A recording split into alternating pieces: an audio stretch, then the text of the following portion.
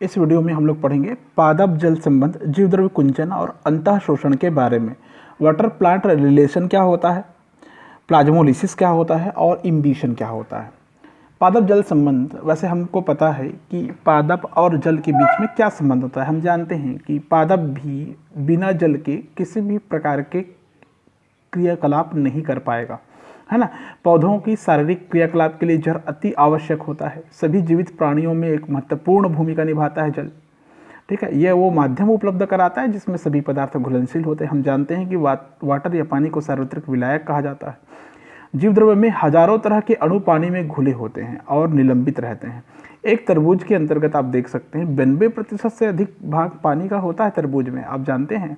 तथा ज़्यादातर शाकी पौधों में शुष्क पदार्थ केवल 10 से 15% ही होता है, बाकी जल होता है। हालांकि यह बात बिल्कुल सच है कि एक पौधे में जल का वितरण अलग अलग हो सकता है ना। अलग अलग भाग में अलग अलग हो सकता है। जैसे काष्ठ वाले भाग में थोड़ा कम होगा, नरम भाग में बहुत ज़्यादा होगा। एक बीज सूखा सा दिख सकता है, परंतु फिर भी उसमें पानी की कुछ मात्रा होती है, अन्यथा वह जीवित नहीं रहेगा और शोषण भी नहीं कर सकेगा। आपको पता होना चाहिए कि बीज शोषण करते रहता है।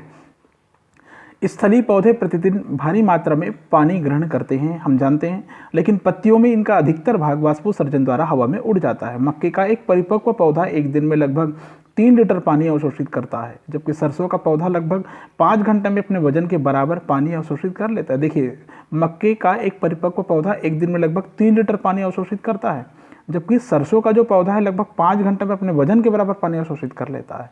पानी की इस उच्च मात्रा की मांग के कारण यह आश्चर्य नहीं होना चाहिए कि कृषि और प्राकृतिक पर्यावरण में पौधे की वृद्धि और उत्पादकता को सीमित करने वाले सीमाकारी कारक प्रायः जल ही होता है। तो ये हो गया संबंध पादप और जल का। अब बात करते हैं जीवद्रव्य कुंचन की, प्लाज्मोलिसिस बोलते हैं इसको, ठीक है। पादप कोशिकाओं में जल की गति के प्रति व्यवहार करना उसके आसपास के घोल पर निर्भर करता है। मतलब कोई भी पादप कोशिका या ऊतक है, वो जल के साथ किस प्रकार का व्यवहार करेगा ये घोल पर निर्भर करता है, ठीक है। तो घोल या रासायनिक प्रकृति के आधार पर ऐसा घोल जो जिसमें विलेय और विलायक की मात्रा समान हो, समपराश्रयी विलयन कहलाएगा, समपराश्रयी घोल कहलाएगा। अर्थात कोशिका द्रव्य के परासरण दाब को संतुलित करता है, समपराश्रयी कहलाएगा। लेकिन बाहरी विलयन कोशिका द्रव्य से अधिक तनुकृत है तो उसे अल्पपराश्रयी कहेंगे। अगर कोशिका के बाहर का जो जल है उसमें विलेय की मात्रा कम है तो उसको अल्पपराश्रयी कहेंगे। यदि बाहरी विलयन बहुत अधिक सांद्रता युक्त है तो उसे अतिपराश्रयी कहेंगे। मतलब विलेय की मात्रा बहुत ज़्यादा है तो अतिपराश्रयी कहेंगे। तो 3 प्रकार का विलयन मिल गया हमको, समपराश्रयी, अल्पपराश्रयी, अतिपराश्रयी विलयन मिल गया, ठीक है। वो जो कोशिकाएं होती है पादप कोशिका अल्पपराश्रयी घोल में फूलती है और अतिपराश्रयी में सिकुड़ती है, ठीक है। ये हिंट है, याद रखना, हमेशा काम आएगा। कोशिकाएं जो होती है अल्पपराश्रयी घोल में क्या होती है, फूलती हैं। अल्पपराश्रयी मतलब जिसमें विलेय की मात्रा कम हो, ठीक है। और अतिपराश्रयी में अगर डाल दें तो सिकुड़ जाती है।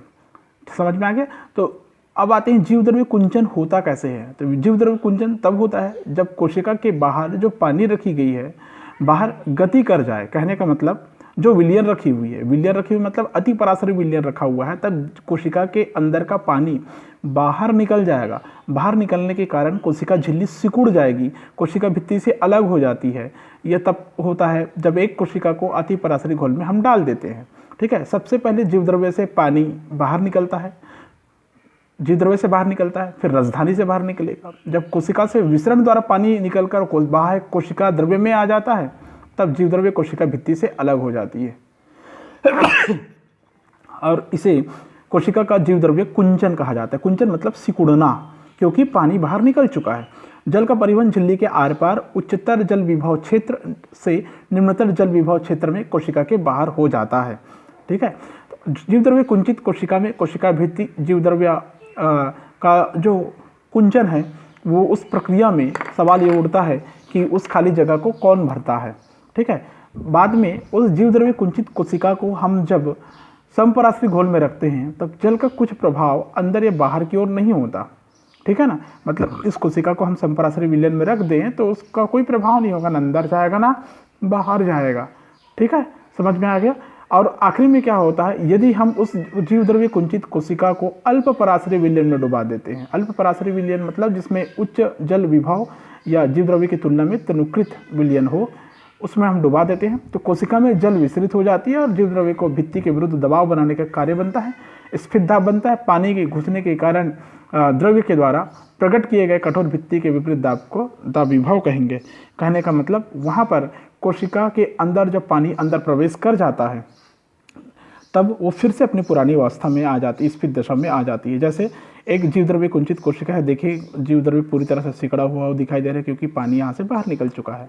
ठीक है, जब हम फ्लैसिड या ढीला मतलब समपराशरी में रखते हैं तब कोई स्थिति देखने को मिलती नहीं क्योंकि दोनों का लेवल बराबर होता है। लेकिन जैसे ही हम उसको अल्प पराशरी विलयन में रखते हैं पानी अंदर से बाहर से अंदर आना शुरू कर देता है, मतलब ये अपनी पुरानी अवस्था में आ जाता है, टर्गिड स्फीत या फुली हुई अवस्था में आ जाती है, मतलब कोशिका अपनी पूरी आकृति में आ जाती है।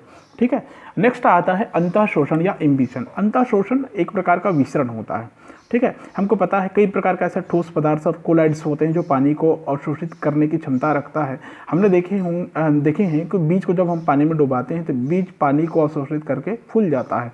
बारिश के दिनों में हमने देखा है खिड़की दरवाजे जो लकड़ी के बने हुए रहते हैं, चौखट वगैरह है या दरवाजे का आखिरी हिस्सा वगैरह है, वो फूल जाता है। ठीक है, फूली हुई लकड़ी या काष्ठ के द्वारा पैदा किए गए दाब का प्रयोग आदि मानव द्वारा बड़ी चट्टानों या पत्थरों को तोड़ने के लिए किया जाता था। अतः अंतःशोषण के द्वारा दाब नहीं होता तो नवोद्भित खुली जमीन पर भरकर नहीं आ पाते, वे संभवतः बाहर आकर स्थापित नहीं हो पाते। कहने का मतलब ये है कि अंतःशोषण एक प्रकार का विसरण है जिसमें जल की गति सांद्रण प्रवणता के अनुसार होती है ना।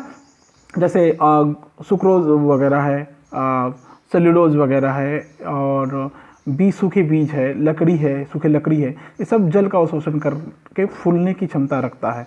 ठीक है, इस स्थिति को ही हम लोग अंतःशोषण कहते हैं। समझ में आ गया।